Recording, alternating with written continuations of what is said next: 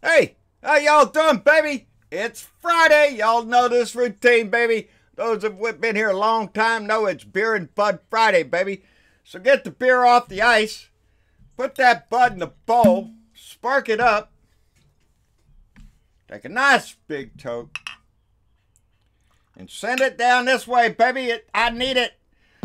Thank you, Eric Hall in Richmond, Kentucky. I'm still working on that bottle of hooch you sent me. And it is good hooch, buddy. I appreciate it every time I take a sip of that. It tastes good. Well, what's going on? I did get a piece of mail, baby. I got a Valentine. I got a Valentine, baby. So many good things all come together to make you special. Talking about me. You're a wonderful person, blah, blah, blah, blah, and all that kind of good stuff. Have a fun day. Donna Sturdivant. Donna Sturdivant is from Silver Springs, Maryland, but she first found us when she lived in Oklahoma. And then she moved to Maryland, and it confused me for a while, but we know darn good and well where Donna Sturdivant lives nowadays, and we keep her heavy on our mind all the time, baby. Anyway, it was sweet to get a Valentine's card. I enjoyed that very much. I hope y'all got to look last night. And we went live again with another family meeting on YouTube, Facebook, and Twitter all at the same time again. And had a few guests on there. Dennis Valadez up in San Antonio joined us. Randy Kerbin joined us. Keith Thompson and Chris out in California. We had some difficulties with the audio and stuff. We're continuing to have to work out little problems. I love the format, and I want to keep doing that. I want to keep reaching out and having conversations with our Blue Dot family because it means so much to me. I had a discussion today with a young lady who was upset that I hadn't responded to her except one time in 2 years, and it really kind of, I was just talking to Dennis, and it's things like that stay in my mind. There's nothing more that I want out of this than the people that have joined it and grown and reach out and found friends in here, and that's the part that just really warms my heart. I'm sorry I did not reach out to you. I'm a lucky guy. I have 17,000 followers, over 5,000 friends, and the comments and the messages that I am behind on, anybody should be whipped for. But I tried to tell her that outside of the times that you see Travis giving me technical assistance, and now on Tuesdays and Thursdays, he will be with me when we go live. Outside of that, this is a one-man operation, baby, and I have responsibilities and chores to do every day, just like everybody else. But I pour my heart into this, and it pains me if even one member thinks that they're not appreciated in this family, because you are. And it comes from the bottom of my heart. Anyway, what's going on in today? Well, it's an emergency. It's an emergency. Y'all get your shit together. Get your go bag. Get your survival gear. Let's go. It's a big farce is what it is. It's a pile of shit. Donnie went out in the Rose Garden today, baby. Declared his national emergency. And then stood up there for over an hour and babbled on about shit like an idiot. Like he's pulling numbers out of his ass. Every statistic he was throwing out there was just ridiculous until he was called on it. One of the guys, I think it was from ABC, called him on it. Where do you get your numbers? Where are you getting these statistics? Because we get them from the Department of Homeland Security, and this is what they say, and then you rattle off all these other numbers and crap like that. So I'm glad they called him on it. And what did he say? Well, he gets his stats from the Homeland Security and a lot of folks, and some from Homeland Security. I use many stats, also Homeland Security. Are you shitting me? What other stats are you looking at? What other organization is giving you information that you can trust?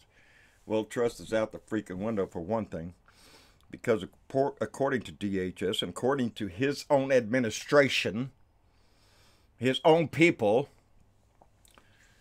between 2000 and 2018, last year, that's 18 years, border apprehensions are down 75%.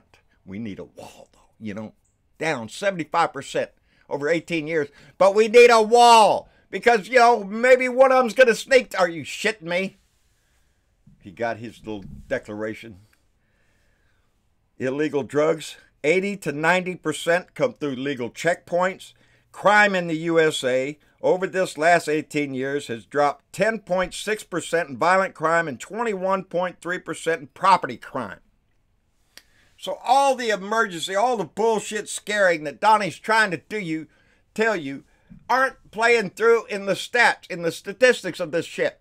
They're right there for all. Who is more likely to commit a violent crime in this country? An undocumented immigrant?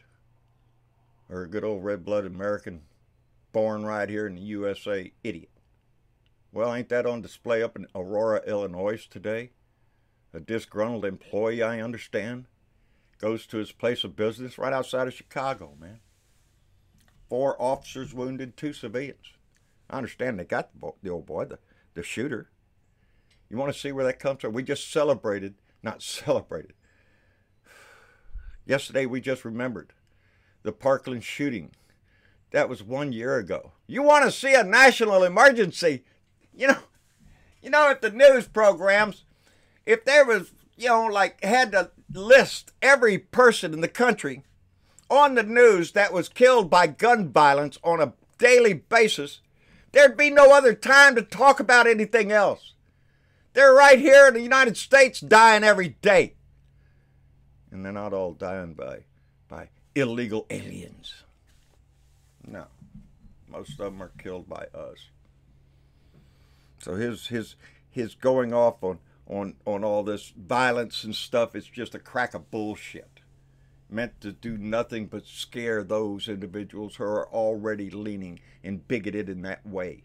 They already have their mind up that they hate the migrants that come across, and it's their fault that there's somebody getting killed, or they don't have a job, or they don't qualify for this, or there's some bullshit reason in their life that they think illegal immigration is the big problem in this country. You know what I think the big problem in this country is? Politicians who are crooks, politicians who get paid off by lobbyists to put loopholes in laws. That's the kind of assholes that I get pissed off at. Those that screw an entire nation over for one wealthy man or one wealthy corporation. Anyway, he said, I can't believe this shit. He stood right up there. Y'all can go pull this video up all you want. He said, he got the 1.4 billion. Now, he started making a big deal of that because it's more than $1. Remember, they said $1. You won't get $1. Hey, I got 1.4 billion. You know what I'm saying? You know what I'm saying? I'm real good here. I'm a great deal maker. I got one. He taken a small chunk of what he could have had before the shutdown, and the first offer that they was offered when he first offered the 25 billion, but he didn't take any of that. He lost. He suckered up. So he gets his 1.4 billion for primarily pedestrian fencing. That's what the language is. Primarily pedestrian fencing. So we're going to put up some more fence. He gets his 1.4. That's not enough, baby. National emergency. I'm going to go take money from where, Donnie? Where are you going to take the money from? Because they're saying you're going to take it from the military new construction budget, which is $10 billion, and you're going to go in there and take about a third of that provides housing, barracks, hangars, schools, hospitals. Those are for our military. We'll just take that money from them. Screw them. You know, the great military that he tells you he loves so much. He'll raid the coffers, baby. For what? For his vanity monument to Donnie? He wants a physical structure there with his name, so all of his little Trump assholes from now till eternity who inherit the same money he stole over and over and over, so they in the future can come back to the Great Wall. That's how he sees it in his head. A monument to him. Doesn't give a shit about this country or those that live in it. He's interested in his vanity, his popularity, his how they speak about him on the news. He wants to be in the news all the time. All the time, baby. And when he opens his mouth today, like today in the how can you not talk about it?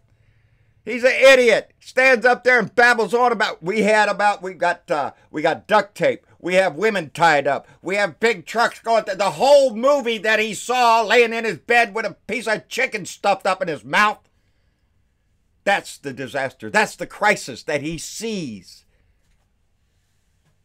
in his little menu. He stood up there and he called out Rush Limp-Dick, Ann Coulter, Sean Pannity, Tucker Carlson, Inger, Laura, all the little racist assholes that have already shown themselves to be racist. Called them all out today out in the Rose Garden, baby. Want to give them credit there. Want to suck up. I don't really know Ann Coulter, but I like her. I like her. She's a good guy. Rush Limbaugh, he can talk for 3 hours. He doesn't even have to take a phone call. Hey, Donnie, sit in the chair. I'll give you all goddamn day, buddy. He can talk for 3 hours. He can spew crap out of his mouth for 3 hours between chewing on a cigar and popping pills, baby. You want to see the opioid crisis? There it is right there in front of you. Isn't that what he got busted for? Sending his housekeeper out to get drugs for his ass? Oh, we forgive him for that. Yeah, y'all tend to forgive everybody on that side of the fence over there. You seem to forgive this asshole for every vile, disgusting thing that came out of his mouth. Y'all forgive him for everything. So long as he hates all those brown people and then black people, they don't belong here. We need a solidarity of what? Of racist little assholes?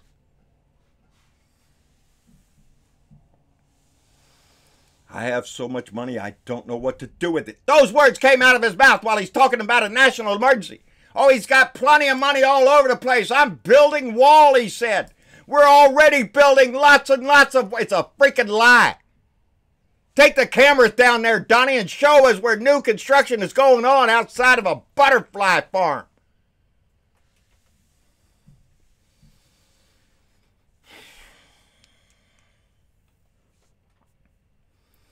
Going to have some trouble there in the Republican Senate, and that's where we need to direct our anger. Mitch McConnell, I don't know what he's getting for this little deal to support this shit.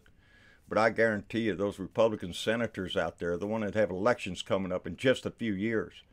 Less than 2 years. How about that shit? Here we go again, baby. November is coming. Well, they're not too happy with this shit.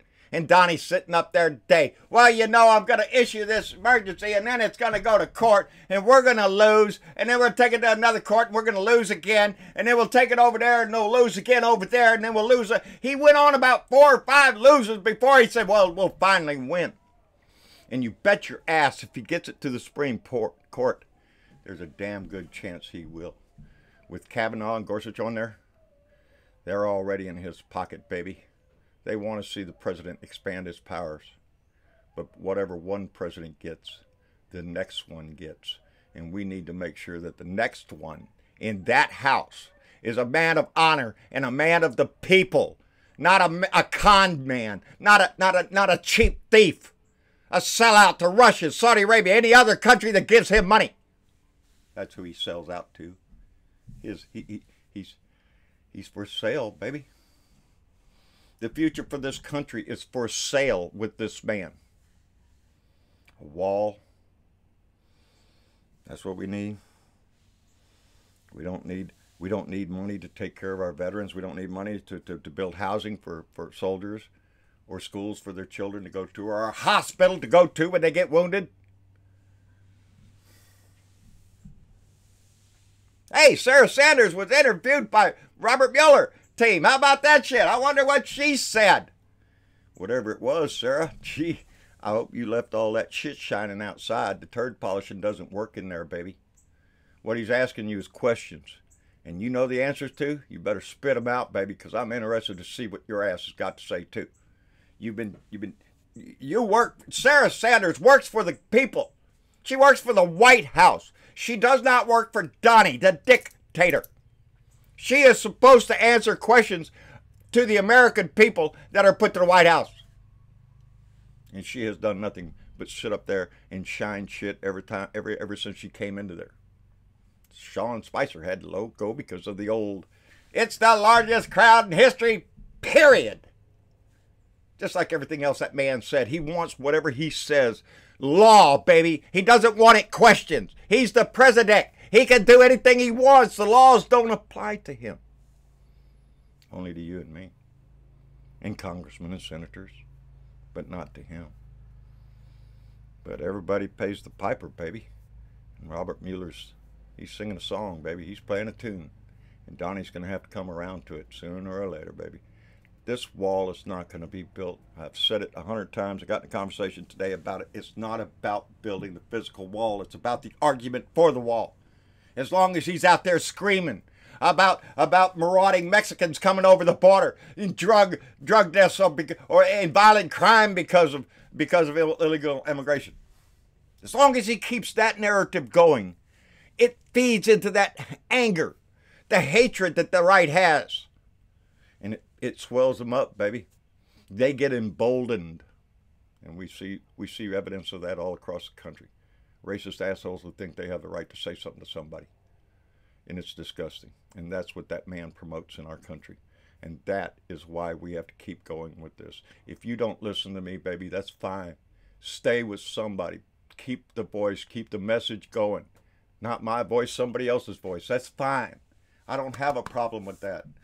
What I have a problem with is people that just turn their minds off to what is going on, who don't take the time to be involved and enlightened and informed, because that's what our duties as citizens are, is to be an informed citizen, to take your vote seriously and to take your country seriously, and the values that our founding documents expose and everything we've ever been taught, from the Statue of Liberty to the Boy Scout Pledge.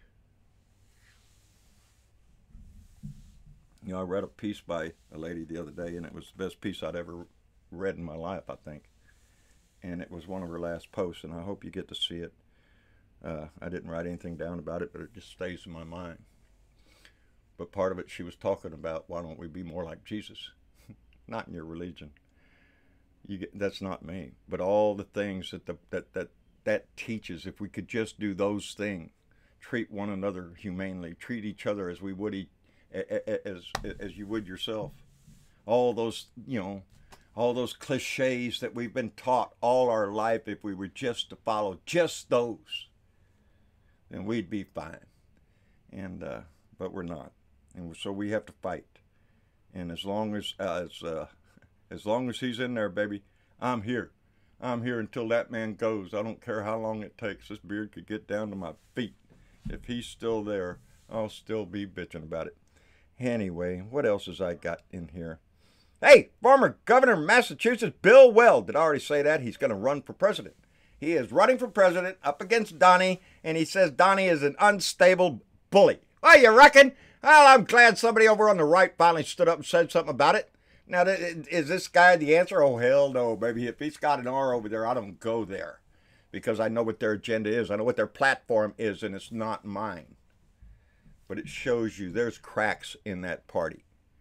Susan Collins up in Maine, she wasn't too happy about this stuff. They showed a bunch of them on there on TV. What do you think about this, Senator? What do you think about Donnie declaring the American? Oh, I don't like it. I don't think it's going to be. She shouldn't have done that. Yeah, there's cracks over there, baby. And y'all better start cracking wide open. Because that party is dragging this country down so far. You brag about the economy now, baby. Pay attention to what they're saying. It's not going to last, baby. And when it does, what are you going to do there? Oh, we're losing all sorts of money. It's the same damn thing every time a Republican goes in. That's what happens. Look back at history. Since Reagan, look at the graphs of anything you want to look at during a Republican and a Democratic administration. Take a close look at Bill Clinton's, by the way. Barack Obama's. And then look at W. Boo! Look at Daddy. Boo! Look at Reagan. Down that trickle-down economics does not work, baby. You keep stealing from the poor to give to your wealthy. At some point, that shit breaks. Anyway, what else I got? That's about it. That's about it. Don't want to forget to hit the button, because we want to say thank you to all the Patreon members that send in $1 a month or more, and those that donate to PayPal. But I want to make this perfectly clear. You do not have to donate $1. You don't have to donate a dime to this. This is all coming in. It has from the beginning out of my heart. I speak my mind, and I'm proud that I do. And I'm proud that I see my kids seeing me use my voice. That's the pay I get every day, baby. You don't have to pay to be in this family. Not a dime. Drop me a letter. I'm tickled to death. I'll call you out. Everybody that sends me anything, I call them out. Because they took the effort to send me a letter. And that is important to me. That is very important to me. Anyway, like, share, and subscribe. John Bernavo of Blue Dot in Texas on YouTube. John Bernavo on Facebook. John Bernavo Speaks, a Blue Dot family. I can't say enough about that page over there. It was started by Jimmy, and it has grown, and I have had nothing to do with that outside of saying go by there. This family grows every day, and I'm so proud of that. And that's a good place to go to communicate and be involved in the conversation if you want to. And so I urge you to do that at Blue Dot in Texas on Twitter. And tonight I'm going to slide into Bob Kincaid's front porch over there, grab me up a chair and sit down and talk to Sparky, and promise probably Dennis Valadez will be there.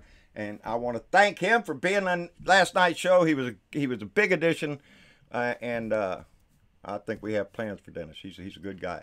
Anyway, all that kind of stuff. We love you every day. I hope you enjoyed your Valentine's Day and all that stuff. It's the weekend, baby, so kick back and relax. Look for me. I don't know when I'm going to pop up, but I'll damn sure you here on Monday. I can do it over here now. Y'all take care. Bye.